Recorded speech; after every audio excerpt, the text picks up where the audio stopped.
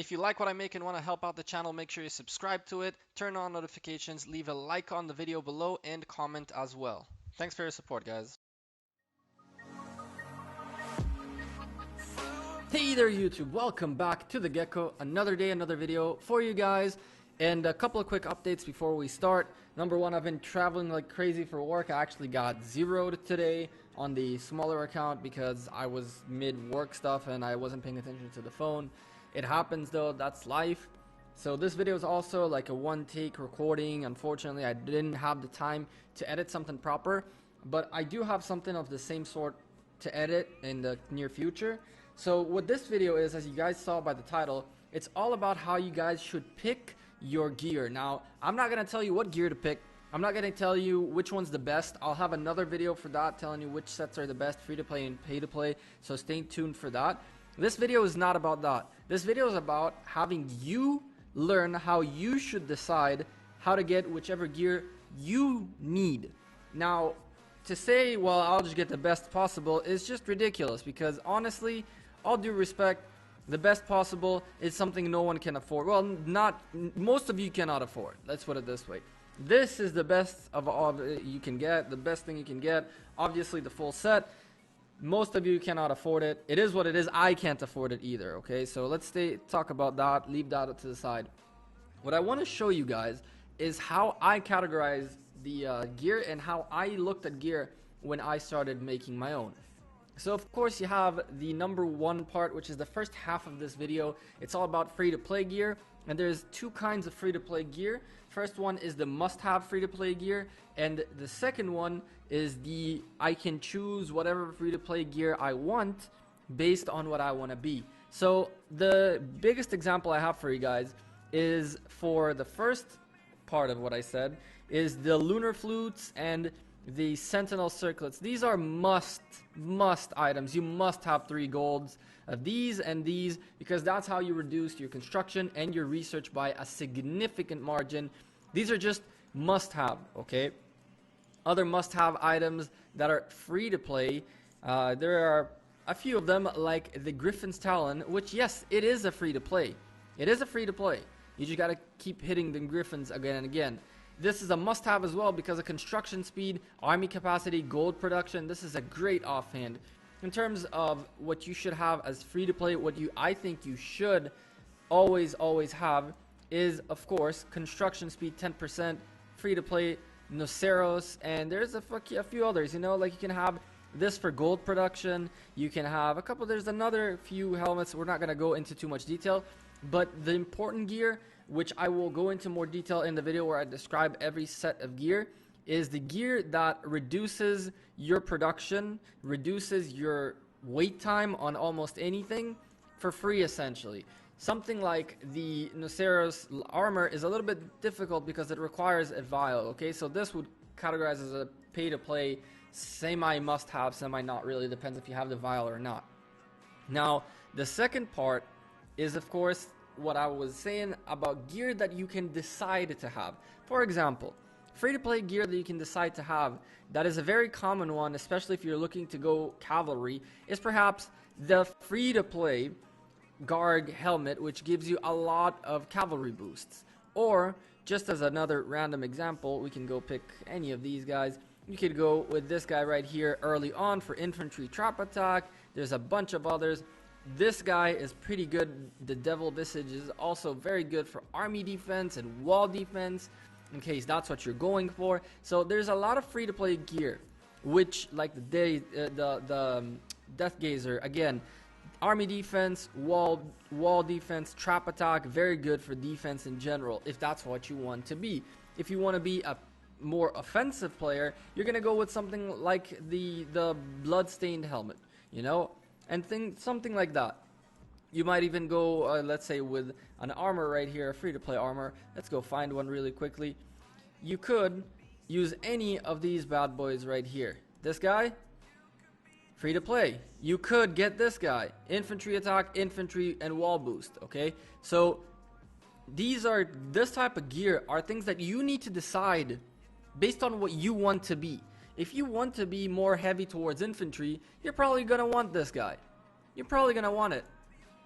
you probably maybe you're gonna want this guy instead.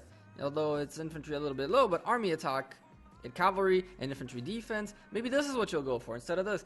That really depends on what you decide. Now, when you ask me what gear I should get, my answer to you is, what do you want to be? Do you want to be heavy infantry, heavy cavalry, heavy range, heavy defense, heavy mixed attack, heavy construction? Do you want to be heavy army capacity? What do you want to be? That's the first question you need to answer with yourself. What do you want to be? Now, the second part of gear selection comes at the event equipment, which is the pay to play, which some of it is free to play as well, but the monster gear, the monsters gear.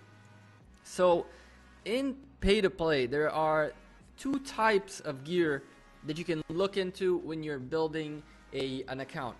If you're someone who is aiming long term and know you're going to play the account and you're going to spend the $5 every time the pack comes out, or the $20 or even $125, and like you're going to spend the money, you might want to consider going for the higher yielding gear. So for example, we looked into the Garg gear right here, and one of the most common things people get is of course the fear drum, which only require one eye, and it's a great accessory. People get 3 of those. But this bad boy right here requires 3 eyes, gives 30% cavalry attack, 15% cavalry defense, and 35% trap defense. Now, on the other hand, if you really, it's like another piece of gear that is super useful is this one right here, which gives you 37%, 27%, 15 army defense, but the difference is you need 8 eyes in here. So to max this guy, to max out the legs, the belt, you actually could max the main hand and 3 accessories but not get the belt. So now the question is, what do you want to be? Do you want to be the person with the belt? Are you going to spend the unnecessary money to get the belt? Or you understand that it is above your pay means, which in my case it was, and then you got to make a better decision, which is probably go with the fear drums. And once you have the fear drums, maybe start saving up for the main hand, maybe just keep saving for the belt, but first of all, prioritize the accessory. Another great example, and a better example we have, is with Blackwing Set. Now, the Blackwing Set has a fantastic pair of legs, which require 8 eyes, but it gives amazing attack, okay? It is one of the best legs out there, except for the fact that it's super expensive. Another very cool piece of gear there is in this set is this one right here, which requires only 2 eyes, but gives fantastic cavalry attack and great army max HP. So now, again, the question is, are you going to be the person who's going to prioritize this? Or are you going to be the person who's going to prioritize this, knowing that 2 gold eyes, and of course, 2 gold eyes means 2 purple ones, 2 blue ones, 2 green ones, and 2 regular ones as well. Are you going to be able to afford to get here? If you're able to afford to get here, then sure. If you're able to afford to get here, then even better. Personally, when I started getting my gear, I went with the offhand, and at some point I realized that the offhand was actually something that I didn't need. And then I switched to getting the talons, and I got very lucky when I broke apart the dragon fist that I had. It was purple. I got the 2 purple eyes back. It still hurt a lot because it's 2-2-2, but it was better than nothing. The same can be said about many types of sets that are out there. The freaking firewall plate is very expensive, very, very expensive, insanely expensive. But this bad boy isn't that expensive, and it has great infantry max HP, great infantry attack. Perhaps not the best infantry accessory you can get, as you could definitely go into the Terrathorn side of things and get better bang for your buck with very, very cheap accessory, right? But if you would go with this guy right here, or you're even looking at this boy right here, you need to decide whether you can afford to get to this point or not. So the bottom line of this video is this: there are 2 questions you must ask yourself when you choose gear. Number 1, am I going to be infantry, cavalry, range, mix, defense, offense, farmer, construction and research, in my opinion, come with either one of the things you decide no matter what. But what's your end game going to be? And you're going to have to target your gear based on your end game. The second question you got to ask yourself is, how much am I willing to invest? If you're not willing to invest any money at all, then you go with a free-to-play. And then we start looking at what's the best free-to-play gear based on what you want to play, which again, I will display in a better edited, explained video with all the stats and all the numbers and all the good stuff. I have it all planned out, just got to actually get time to film and edit. Or if you have some money to spend, then you got to make a decision which gear you're willing to go all the way for the big boy, for the big ticket item, and which gear you're willing to just go with a medium, small tier not tier item, but ticket item, which is a little bit less expensive, well, a lot less expensive than the big ticket item, but still have it very, very useful. That's all I have for you guys today. Thank you guys very much for watching this video and for supporting. I hope I'll get to stream all of 24 hours of Battle Royale. I'm not entirely sure what's going on with that just yet. The plan is 24 hours unless something changes. Another quick example is the Blight Ring, which requires 3 of these, require an astonishing 21 of each, okay? Can you afford to get here? Probably not. Probably not. Let's face the reality, probably not. But maybe the helmet, if you're looking to be a trapper, you're looking for more wall defense, maybe this one will be a good one for you. Anyhow, thank you guys very much for all your support.